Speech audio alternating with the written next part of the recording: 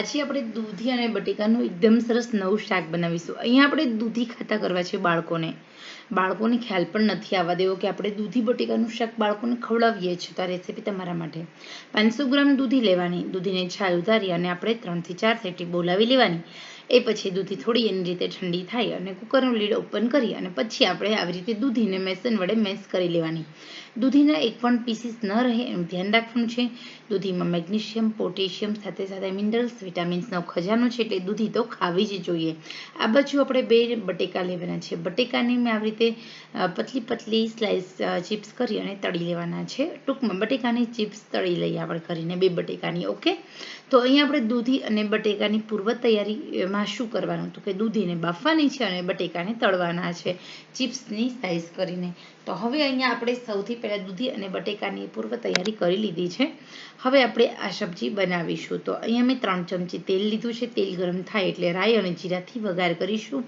રાઈ એકદમ સરસ સંતળાઈ જાય, ફૂલાઈ જાય એટલે આપણે જીરું એડ કરીશું. જીરું પછી આદુ લસણ મરચાંની પેસ્ટ એડ કરવાની છે 2 ચમચી અને સાંતળવાનું છે.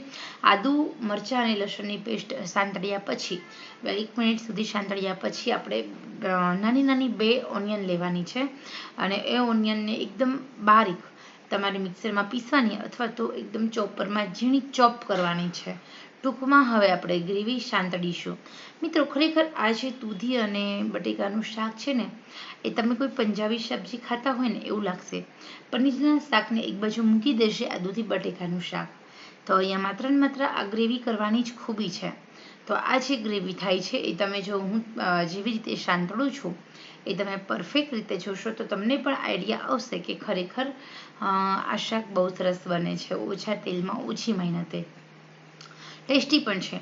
તો દૂધી છે ઘણા બધા પોષક તત્વથી ભરપૂર છે. 8 દિવસમાં એકવાર જો કોઈ દૂધી ન ખાતા હોય તો ચોક્કસ ખાવી જોઈએ, કારણ કે દૂધી ખાવાથી તમારા શરીરની અંદર જે ચરબી હોય છે એને તમે ઉગાડી શકો છો, કોલેસ્ટ્રોલ ઘટાડી શકો છો, ડાયાબિટીસ કંટ્રોલમાં રાખી શકો છો અને વધતા વજનને કંટ્રોલમાં કરો છો. દૂધી પાચન તંત્ર મજબૂત કરે છે, જેના કારણે વધારાની ચરબી છે એ ઓગળવા લાગે છે, નવી ચરબી બનતી નથી. અહીંયા આપણી ડુંગળી છે 3 થી 4 મિનિટ સુધી સાંતળી લીધા પછી આપણે એમાં એડ કરવાનું છે ટામેટાની પ્યુરી. તો અહીંયા 3 નંગ ટામેટા લેવાના છે. ટામેટાની પ્યુરીને આપણે તેલમાં આવી રીતે સાંતળી લેવાની છે. ઓછામાં ઓછી 2 થી 3 મિનિટ સુધી સાંતળવાની છે. ટામેટા એકદમ ફટાફટ ચડે એટલે આપણે નમક એડ કરીશું. આ નમક છે એ ઉમેરવાથી આ ટામેટામાં રહેલું પાણીનો ભાગ એકદમ ઝડપથી છૂટો પડે છે અને ટામેટા આપણા એકદમ ઝડપથી ચડી જાય છે.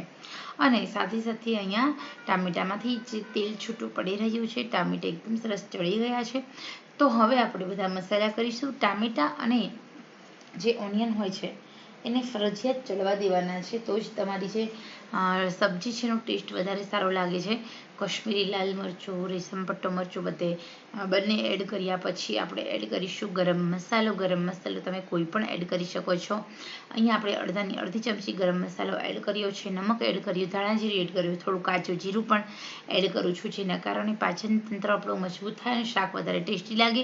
હું અહીંયા ધાણા જીરાના ઉપયોગને બદલે કાચું જીરું શાકમાં એડ કરું છું, જેના કારણે આપણો જે ખોરાક હોય છે તે પચી પણ જાય અને ધાણા જીરામાં પોષક તત્વનો ઘટાડો થતો હોય છે, પરંતુ કાચા જીરામાં પોષક તત્વ એમ જ હોય છે.